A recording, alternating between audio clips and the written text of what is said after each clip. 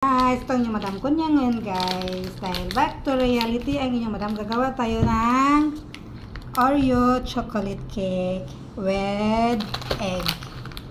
Simple lang guys ang ingredients natin sa ating Oreo chocolate cake guys. Panoorin nyo guys kung paano para meron kayong idea.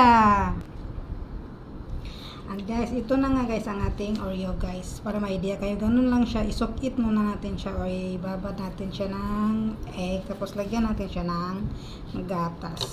Tapos ito na yung gatas din ano ko guys para tipid. So tinanggal ko yung laman niya. Tapos yung nasa loob-loob, yun yung sinimot-simot ko. At yun ang ibubuhos natin dito.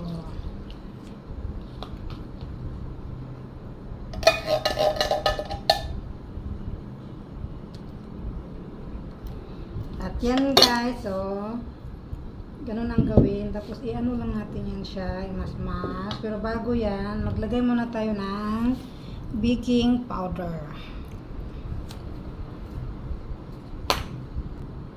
At ito guys, lagyan natin siya ng half cup oil. Ilagay natin dyan. Yan na yan siya guys. Tingnan nyo naman ang kalalabasan ng ating Oreo chocolate cake. Kailangan lang natin yung siyang imas. At ito na guys ang ating Oreo. Yan. Bake lang natin yun siya guys. Pag ganito na ang yung texture na guys, pwede na natin yun siya ilipat sa ating formahan guys. Kung anong meron tayo.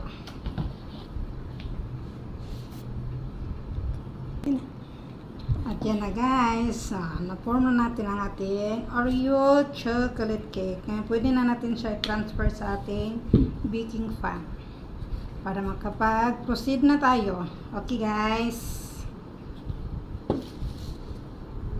At ito na guys, na-transfer na natin sa ating baking pan. I-bake natin siya guys ng 30 minutes, 30 to 45 minutes. Nasa 170 degree guys. Mahina lang, luhit. Ayan na guys, after in 35 minutes guys, naluto ng ating Oreo chocolate cake.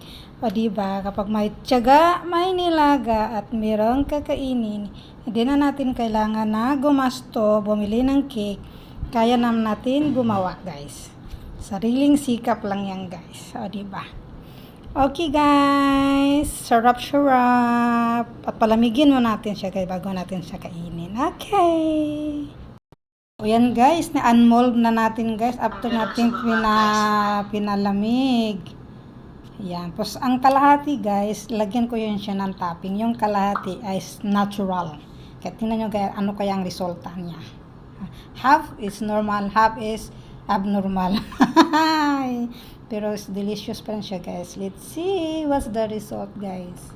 Finally guys, ito na siya guys. Yung half, ito yung half, at ito yung half. Ginawa ko siya, lagyan ko siya ng chocolate rice topping niya guys. Tapos, hindi mawala ang ating black coffee. O, diba guys? So yummy, ganun lang guys kadali. Simple lang, kung may mga anong biscuit kayo dyan, gawan nyo na ng paraan para huwag nyo na hintay mag-expired. Yan lang siya guys. Thank you for watching. Hanggang dito lang ang inyong Madam Kunyang guys. At tayo ay magkape. Hindi talaga mawalang ating kape. Okay, thank you for watching. Bye bye mama.